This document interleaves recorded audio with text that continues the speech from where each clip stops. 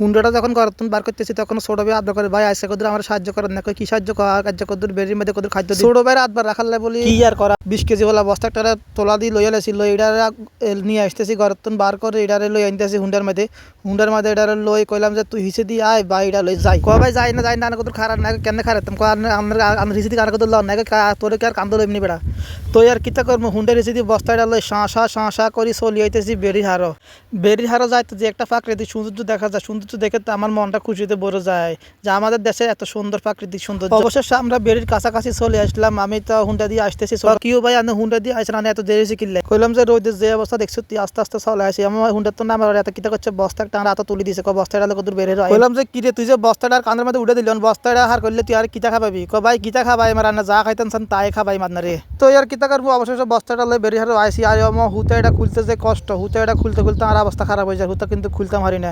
আপনারা কে কে সহজে সুতোটা খুলতে পারেন আমারও অবশ্যই জানাবেন, কারণ আমার কাছে অনেক বিরক্ত লাগছে যে হুতাটা খুলতে খুব কষ্ট। আর দেখছেন না আপনারা আজকের আকাশটা কত সুন্দর, চারদিকে নীল আকাশ, সবুজ শ্যামল প্রকৃতি।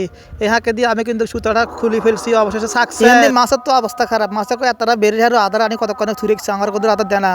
মাছ আধারটা দেওয়ার লগে দেখছেন নি মাছগুলো কি লাফালাফি শুরু করছে, কি আনন্দ শুরু করছে মাছগুলো। এরকম ভিডিও আমি করি না, তবু আজকে একটা শখের বসে করে ফেলছি। তবু ভিডিওটা কেমন হয়েছে আপনারা অবশ্যই জানাবেন। আপনাদের ভালোবাসা পেলে এরকম ভিডিও, আর ভিডিওটি ভালো লাগলে লাইক শেয়ার কমেন্টস করে অবশ্যই পাশে থাকবেন। সবাইকে অনেক অনেক ধন্যবাদ। আল্লাহ হাফেজ।